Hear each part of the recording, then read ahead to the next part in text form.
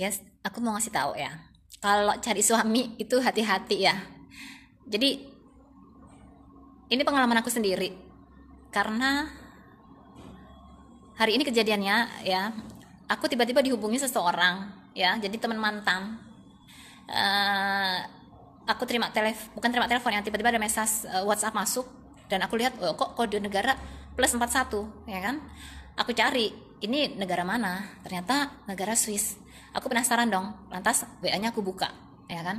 Pas WA aku buka, ternyata pesannya dia bilang saya teman mantan kamu dan mantan suamimu itu punya hutang dengan saya. Bisakah saya saya namanya ini X gitu ya.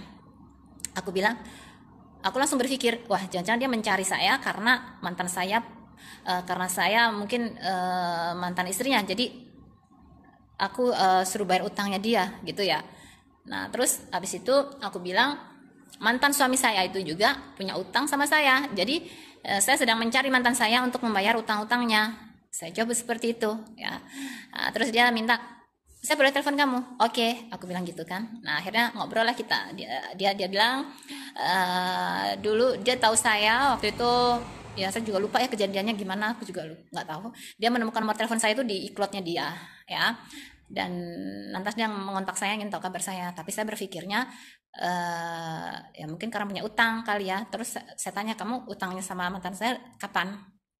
Aku bilang, dia bilang sudah 7 tahun yang lalu. Aku katakan 7 tahun yang lalu posisinya saya sudah pisah dengan dia ya kan, dan mantan saya pun punya utang sama saya ya kan. Akhirnya kita ngobrol-ngobrol, aku bilang saya juga sedang mencari mantan saya karena dia harus bayar ke saya. Akhirnya udah tuh kita sepakat, ternyata kita sama-sama korban perbanditan dari mantan saya ya kan.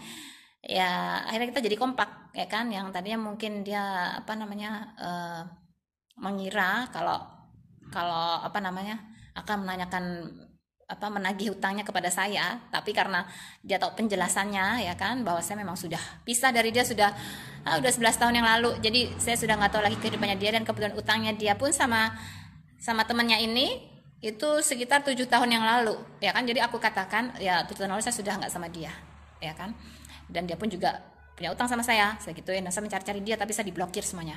Nah jadi aku mikir gini ya, sekarang kalau misalnya kita mencari suami, ya ini pelajaran dari kehidupan saya, harus hati-hati karena jeleknya suami itu nanti akan jeleknya istrinya juga ya kan. Jadi benar-benar pilih-pilih, jangan sampai keliru, karena nanti efeknya itu ke depannya kita juga kena imbasnya, dan itu sepertinya ribuh banget gitu loh.